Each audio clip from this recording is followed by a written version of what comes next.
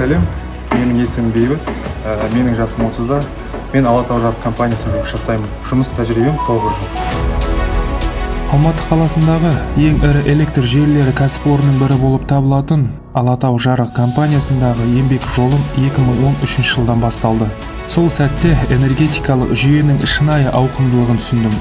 Күнделікті тұтынушыларға берілетін үздіксіз және сапалы электр энергиясы күрделі механизмнің өнімі. Энергетика мамандығын таңдауыма әкем үлкен ықпалын тигізді. Құрылыс инженері болып жұмыс істегенімен энергетиктермен бірге бір сапта тұрып жұмыс атқаруда. Бала кезімізден энергетиктердің қызметі, олардың әр күні кезігетін жаңа сын қатерлері мен күрестері туралы үлкен қызығушылықпен әңгімелейтін. Осылайша энергетикаға деген қызығушылығым арта түсті. Еліміздің әрбір азаматына электр энергиясын үлестіру, халыққа нұр шашу сауапты кәсіп деп білемін.